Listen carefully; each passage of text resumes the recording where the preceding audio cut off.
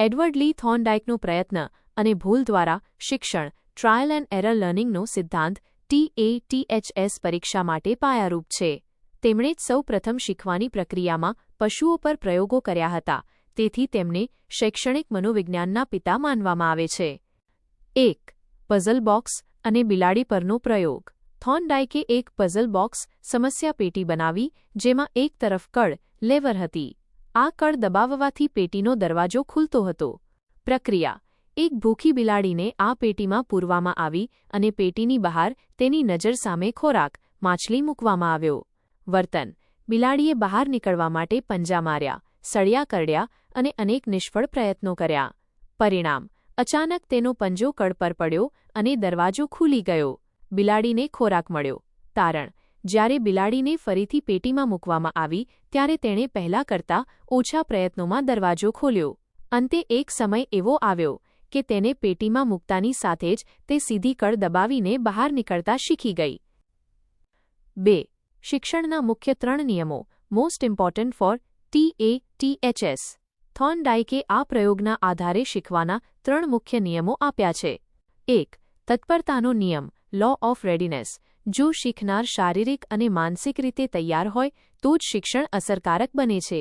જો બાળક તૈયાર ન હોય અને તેને ફરજ પાડવામાં આવે તો તે ખીજાય છે. 2. અભ્યાસનો નિયમ લો ઓફ એક્સરસાઇઝ.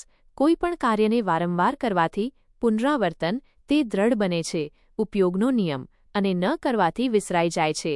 બિન ઉપયોગનો નિયમ. 3. અસરનો નિયમ લો ઓફ ઇફેક્ટ. જો કાર્યનું પરિણામ સંતોષકારક, સુખદ હોય તો તે જલ્દી શીખાય છે. જો પરિણામ દુઃખદ કે અસંતોષકારક હોય તો તે કાર્ય પ્રત્યે ઉદાસીનતા આવે છે.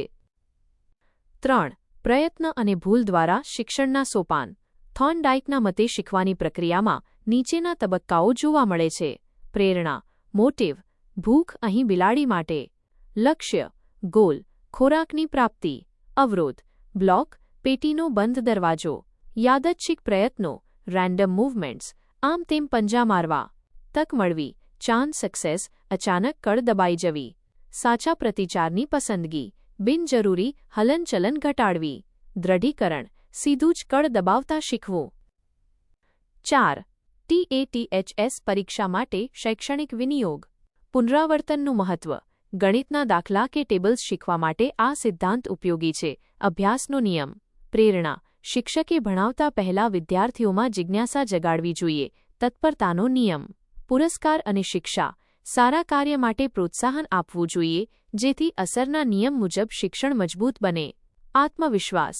આ સિદ્ધાંત શીખવે છે કે ભૂલો કરવી એ શીખવાની પ્રક્રિયાનો જ એક ભાગ છે. પરીક્ષા માટે ખાસ ટીપ. થોર્નડાઇકે SR સ્ટિમ્યુલસ રિસ્પોન્સ બોન્ડ પર ભાર મૂક્યો છે. ઉદ્દીપક, ખોરાક અને પ્રતિચાર, કળ દબાવવી વચ્ચેનું મજબૂત જોડાણ એટલે જ શિક્ષણ.